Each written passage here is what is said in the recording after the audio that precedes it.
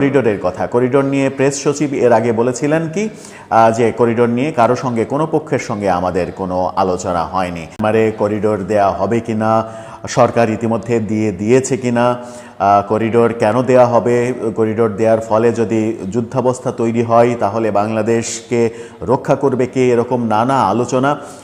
এবং এর আগে আমরা দেখেছিলাম প্রধান উপদেষ্টার প্রেস সচিব তিনি বলেছিলেন যে না না, এই করিডোর বিষয়ে কারো সঙ্গে আমাদের কোনো আলাপ হয়নি। পররাষ্ট্র উপদেষ্টা বলেছিলেন যে করিডোর দেওয়ার ব্যাপারে আমরা একমত হয়েছি।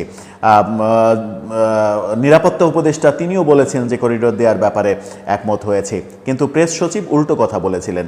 এবার প্রেস সচিব তার কথা থেকে ফিরে এসে আবার উল্টা কথা বললেন। গতকালকে চট্টগ্রামে একটি অনুষ্ঠানে তিনি করিডোর নিয়ে আবার কথা বলেছেন, এবার তার আগের কথা থেকে সম্পূর্ণ ভিন্ন কথা। নতুন কি বললেন, করিডোর নিয়ে এত নাটক কেন হচ্ছে, করিডোরে সরকারের স্বার্থ আসলে কোথায় লুকিয়ে আছে, সেই আলোচনা করার চেষ্টা করব এই ভিডিওতে। করিডোরের কথা, করিডোর নিয়ে প্রেস সচিব এর আগে বলেছিলেন কি যে করিডোর নিয়ে কারো সঙ্গে কোনো পক্ষের সঙ্গে আমাদের কোনো আলোচনা হয়নি।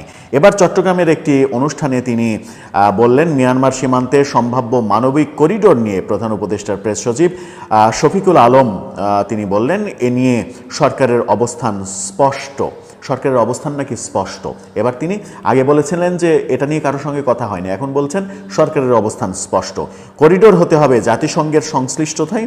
আমরা বলেছি যে মানবিক করিডোরে আমরা ইচ্ছুক যদি জাতিসংঘ কোনো উদ্যোগ নেয়। এখন বলছেন আপনি আমরা বলেছি ইচ্ছুক, আগে বলেছেন যে এটা নিয়ে কারোর সঙ্গে কোনো কথাই হয়নি। তাহলে এই উল্টাপাল্টা কথাগুলো আপনি বলছেন কেন? অনেকে সমালোচনা করেন যে এই সরকারকে এবং প্রধান উপদেষ্টাকে ডোবানোর জন্য তার এই প্রেস সেক্রেটারি একাই যথেষ্ট। এরপরে তিনি বলছেন যে তাছাড়া এ ধরনের বিষয়ে দুটি দেশের সাথে কথা বলতে হয়, জাতিসংঘ যদি উদ্যোগ নেয় আর মিয়ানমার যদি রাজি থাকে তখন বাংলাদেশ থেকে সিদ্ধান্তটা আসবে। তো এই কথা তো জাতিসংঘের কথা, এই কথা তো আপনার কথা না। জাতিসংঘ তো তার বিবৃতিতে বলে দিয়েছে যে করিডোর বিষয়ে দুই পক্ষের সম্মতি লাগবে, এক পক্ষের সম্মতি তো হবে না। জাতিসংঘের কথা আপনি নতুন করে বলছেন কেন? আগে কোথায় ছিলেন? আগে যখন আপনি মতামত দিলেন তখন আপনি সরকারের সিদ্ধান্ত জানতেন না, নাকি জানাটা আপনার উচিত ছিল না? না জেনে আপনি মন্তব্য করলেন কেন, সেই প্রশ্ন চারিদিকে উঠেছিল। এরপরে তিনি বলেছেন এ বিষয়ে চূড়ান্ত সিদ্ধান্ত নেওয়ার আগে সংশ্লিষ্ট সবার সঙ্গে কথা বলা হবে, এটাই সব থেকে গুরুত্বপূর্ণ কথা।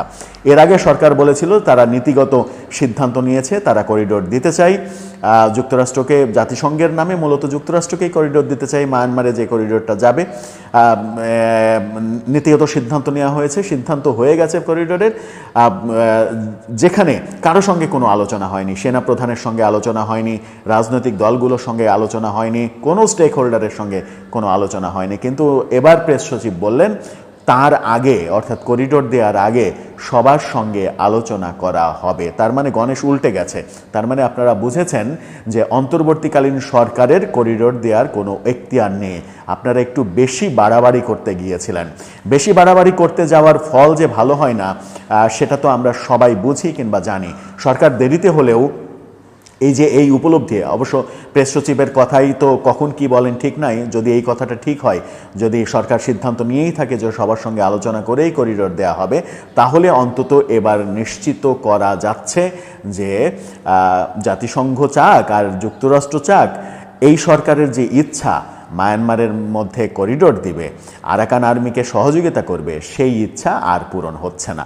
করিডোরের স্বপ্ন শেষ। সরকার বুঝতে পেরেছে করিডোর দেওয়া আর সম্ভব নয়। রাজনৈতিক দলগুলো সবাই যখন বিরুদ্ধে অবস্থান করছে, একমাত্র এনসিপিই তাদের পুঁজি, এনসিপির পুঁজি দিয়ে যে কোনো কিছু হবে না। গতকালকে এনসিপির সমাবেশই সেটা বলে দিয়েছে। সেই সমাবেশে কত লোক হয়েছে সেগুলো আমরা পাখির চোখে বিভিন্ন স্টিল ছবিতে আপনাদেরকে বুঝিয়েছি, এবং সেই সমাবেশের লোক সংখ্যা এবং কিছু ভাড়া করে নিয়ে আসা লোক দিয়ে যেটা গ্লোবাল টিভিতে একটা ভিডিও সামাজিক যোগাযোগ মাধ্যমে ভাইরাল হয়েছে, যে যাদেরকে যারা মিরপুর সহ বিভিন্ন এলাকা থেকে গিয়েছেন মহিলারা এবং একেবারে কিশোর ছেলে পেলে, তারা বলছে তারা কিছু জানে না। অনেকে বলছেন, প্রশ্ন করলে বলছেন যে আমার দাবি হাসান ভাই। আপনার দাবি কি দাবিতে এসেছেন? বলছেন হাসান ভাই। কি করতে এসেছেন, কি করতে এসেছেন? খালেদা জিয়াকে চাইতে এসছি। তো এই ধরনের মালগুলোকে যখন ভাড়া করে আনা হয় তখন বোঝাই যায় যে আদতে এই শক্তি দিয়ে সরকার কি করতে পারবে, এই শক্তি দিয়ে এনসিপি বা কি করতে পারবে। যে শক্তির গোমর ফাঁস হয়ে যায়, বাইতুল মোকাররমে জুম্মার নামাজের পরে সমাবেশ ডেকেও সেই সমাবেশের লোক সংখ্যা করা সম্ভব হয় না। সমাবেশের এক সাইডের রাস্তা ফাঁকা থাকে, আর এক সাইডের রাস্তা খুব বেশি হলে 50 মিটার এলাকাও ভরে না। সেই সমাবেশ দিয়ে আদতে শুধুমাত্র মিডিয়া সর্বস্ব রাজনৈতিক দল হয়েই থাকা যাবে, এর বেশি কিছু করা যাবে না। আমার মনে হয় প্রেস সেক্রেটারির আজকের এই উপলব্ধি এটুকু নিশ্চিত করে যে সরকারের করিডোর দেওয়ার স্বপ্ন শেষ হয়ে গেছে।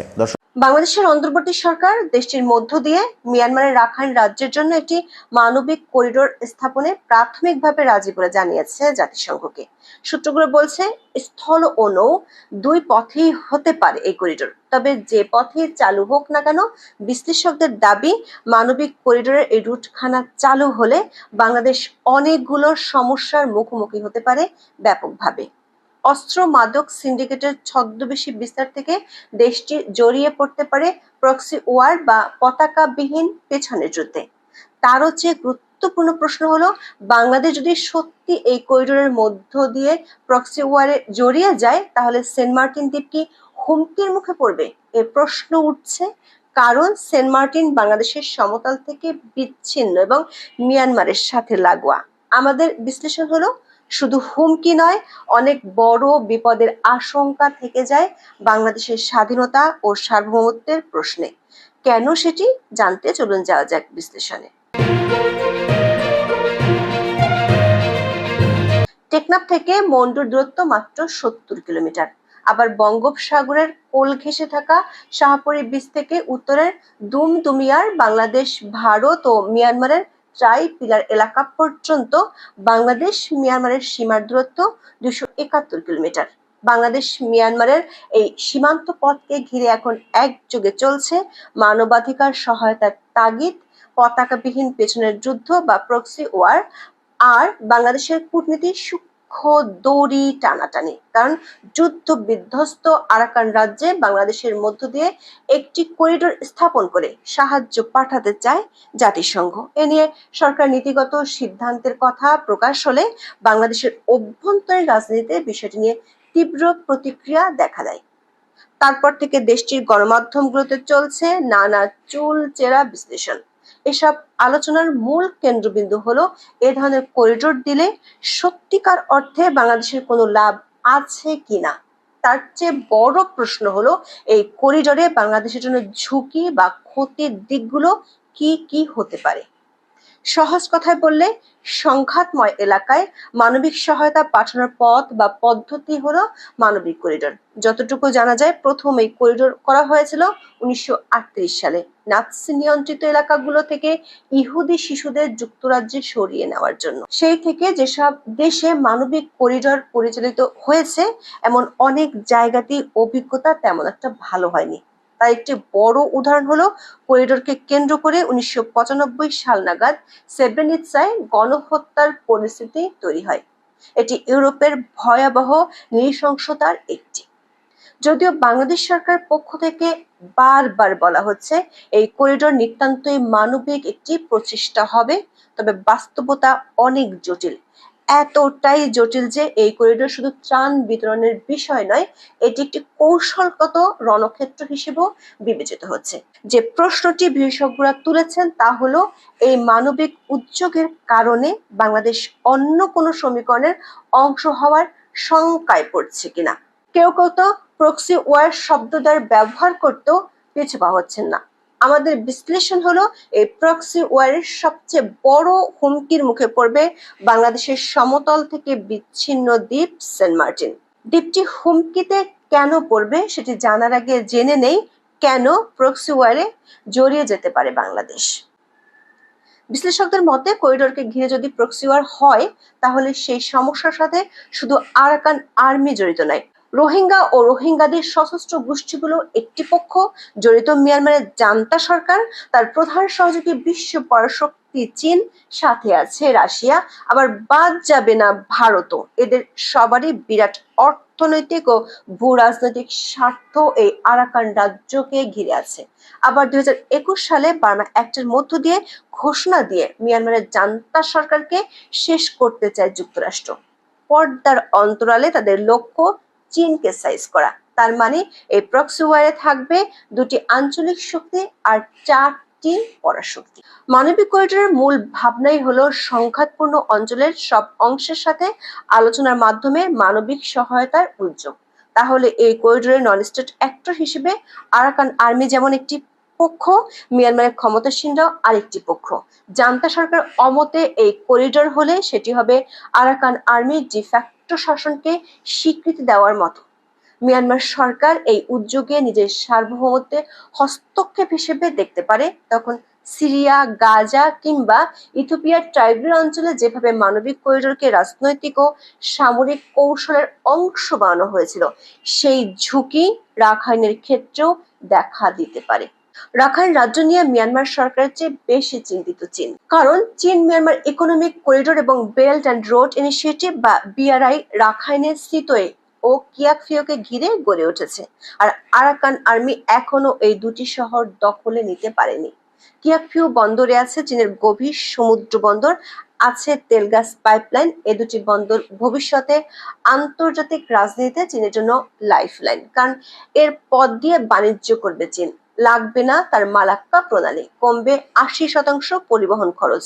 তাই আরাকান আর্মি সহ থ্রি ব্রাদারহুড যখন একে একে মিয়ানমারের টাউনশিপগুলো দখল করছিল, তখন চিন্তিত হয়ে পড়ে বেজিং। জান্তা সরকার গত বছরের শেষ দিকে আইন পাশ করে অনুমতি দেয় চীনের বেসামরিক নিরাপত্তা বাহিনীকে মিয়ানমারে ঢুকে অপারেশন চালানোর। তাতে কাজও হয়েছে। জান্তা সরকার ফেরত পেয়েছে শান প্রদেশের সবচেয়ে বড় শহর Lashio. Myanmar National Democratic Alliance Army একটি গুলিও খরচ না করে শহরটির নিয়ন্ত্রণ ফিরে দিতে বাধ্য হয়েছে। যদিও আরাকান আর্মিকে একসময় চীন সহায়তা করত, কিন্তু সিতোয়ে বা কিয়াকফিও নৌ ঘাঁটিতে হামলা করার পর চটে যায় চীন। গত 1 মাস ধরে আরাকান আর্মি সিতোয়ের কাছাকাছি 100 কিলোমিটার এলাকায় ঘিসতেই পারছে না। আবার একই পোর্ট ঘিরে ভারতের আছে কালাদান প্রজেক্ট। রাশিয়ার অস্ত্রের বড় ক্রেতা হলো জান্তা সরকার। সেক্ষেত্রে সমীকরণ হলো চীন, রাশিয়া ও ভারত, 3টি দেশই মিয়ানমারের জান্তা সরকারের পক্ষে থাকার সম্ভাবনা বেশি। 2021 সালে বার্মা অ্যাক্ট করার পর থেকে যুক্তরাষ্ট্র যে মিয়ানমারের 3টি অঞ্চলকে নিয়ে একটি স্বাধীন রাষ্ট্র গঠনের সহায়তা করতে চায়, সেটি এখন ওপেন সিক্রেট। এই 3 রাজ্য হলো আরাকান, কোচিন ও কারেনি। মিয়ানমারের উপর চীনের প্রভাব কমাতে পশ্চিমা শক্তি নীরবে এই নতুন বন্দোবস্তকে সমর্থন দিচ্ছে। এমন অবস্থায় যুক্তরাষ্ট্র চায় মানবিক সহায়তার মাধ্যমে মিয়ানমারের জান্তা সরকারের বিদ্রোহী গোষ্ঠীগুলোকে কৌশলগত দিক থেকে শক্তিশালী করা।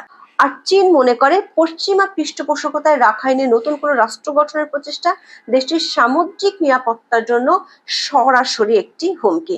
এই বন্দোবস্তে ভারতও উদ্বিগ্ন, কারণ এতে নাগাল্যান্ড, মণিপুর ও মিজোরামে বিচ্ছিন্নতাবাদীরা শক্তিশালী হতে পারে, এমন আশঙ্কা করছেন ভারতের নিরাপত্তা বিশ্লেষকেরা। তাহলে জান্তা সরকার আপত্তিতে যদি করিডোর হয়, আশঙ্কা থেকে যায় জান্তা সরকার আরাকান আর্মির উপর যে আক্রমণ চালাবে, সেটি আজ সীমান্ত পেরিয়ে বাংলাদেশেও লাগবে। নিজেদের স্বার্থ রক্ষার জন্য 3 পরাশক্তি সাহায্য করবে তখন জান্তা সরকারকে, আর বাংলাদেশ হয়ে যুক্তরাষ্ট্রের সাহায্য পাবে আরাকান আর্মি। বাংলাদেশ তখন না চাইলেও প্রক্সি ওয়ারে জড়িয়ে যাবে। বাংলাদেশ মিয়ানমারের সীমান্তবর্তী এলাকাগুলো তখন ঝুঁকিপূর্ণ হয়ে উঠবে। সবচেয়ে বেশি হুমকিতে পড়বে সেন্ট মার্টিন।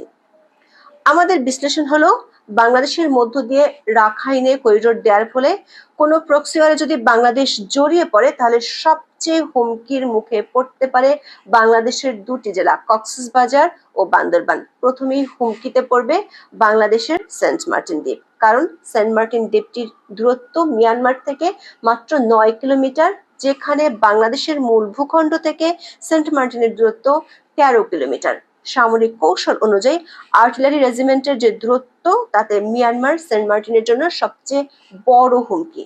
বিশেষ করে আরাকান আর্মিকে যদি ইয়াঙ্গুন থেকে জান্তা বাহিনী বিতাড়িত করে, তখন তাদের পালিয়ে আশ্রয় নেয়ার জায়গা হলো সেন্ট মার্টিন। আর সিতোই ও কিয়াকফিও থেকে সেন্ট মার্টিন হলো নাক বরাবর দূরত্ব। যেখানে আছে মিয়ানমার ও চীনের শক্তিশালী নৌঘাঁটি। দর্শক, আমরা দেখেছিলাম 2024 সালের জুনে মিয়ানমারের বিদ্রোহী গ্রুপগুলোর সাথে দেশটির সামরিক জান্তাদের সশস্ত্র সংঘর্ষে আতঙ্ক ছড়িয়ে পড়ে সেন্ট মার্টিনের অধিবাসীদের মধ্যে। তখন মর্টার শেল ও ভারী গোলার বিকট শব্দে কেঁপে উঠত সেন্ট মার্টিন। আকাশে যুদ্ধ বিমানের টহলে আতঙ্ক ছড়িয়ে পড়েছিল দ্বীপবাসীর মধ্যে। বাংলাদেশের এই সুন্দর দ্বীপটির আরো একটি বিপদ হতে পারে। বাংলাদেশের ভূমি থেকে বিচ্ছিন্ন হওয়ায় সেন্ট মার্টিন দ্বীপটির আশঙ্কা সবচেয়ে বেশি।